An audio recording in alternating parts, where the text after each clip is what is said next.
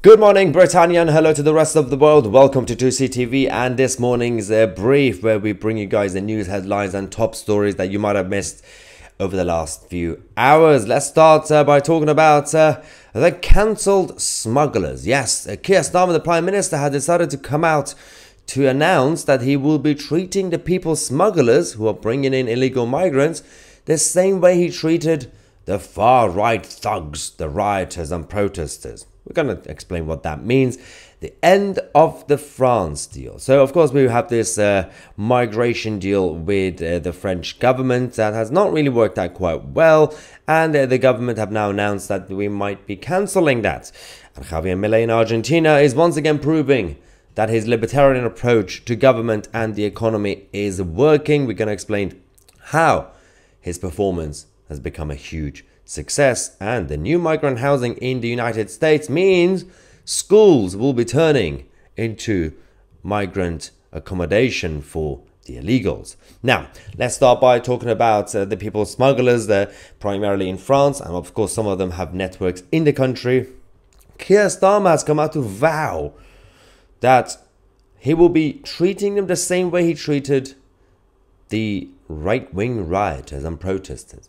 He said, I will use the same tactics that we used to cancel the protesters on the people smugglers. I'm not really sure.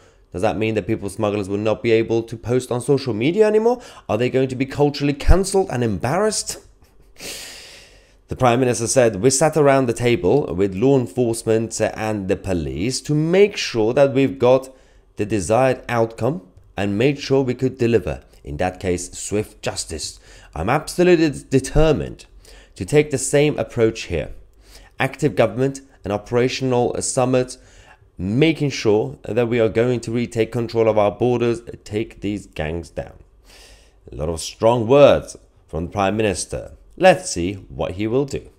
Now, talking about the Prime Minister, of course, he's also reviewing the deal that we currently have with the French government, which is worth about £500 million, signed by the previous government, which has been a complete waste of money, because the whole point was we have decided to give Emmanuel Macron so much of our tax money so that he and his police would be able to stop the migrants from leaving France.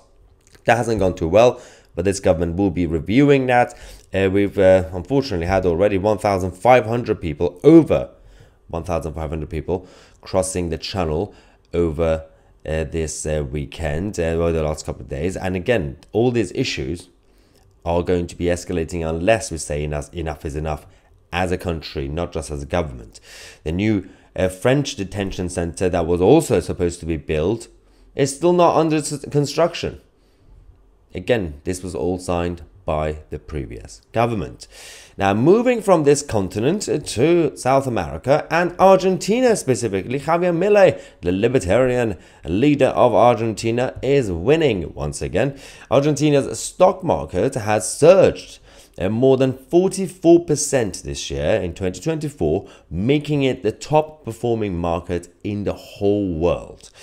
50,000 bureaucrats and faceless bureaucrats and government workers and all the people who've been restricting people's freedoms have been removed from their posts, and of course have been redundant. And there was a lot of controversies around these sort of things, because Javier Milei was going around cutting all these government departments, destroying some of the completely departments, and the approach seems to be actually working.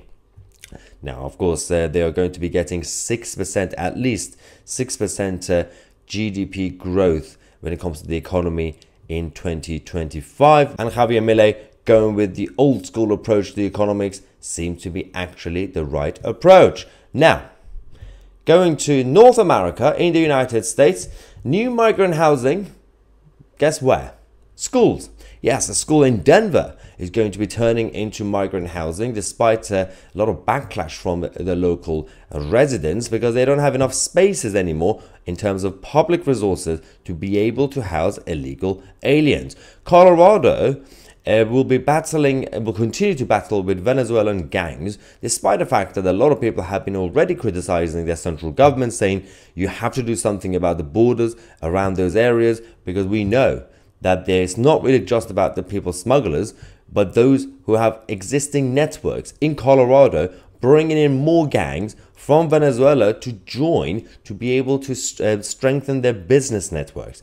And these organized gangs will be causing more trouble, and the more people coming, the more it will be harder for the local government. Now, Denver is also a sanctuary city, which means that, of course, it doesn't actually enforce the federal immigration laws. So it's going to make it even harder for them to do anything to keep their local people safe. Ladies and gentlemen, this was this morning's brief on Tousi TV, which comes to you guys every day at 11 a.m. UK time. I'm Maya Tousi, and we are the media.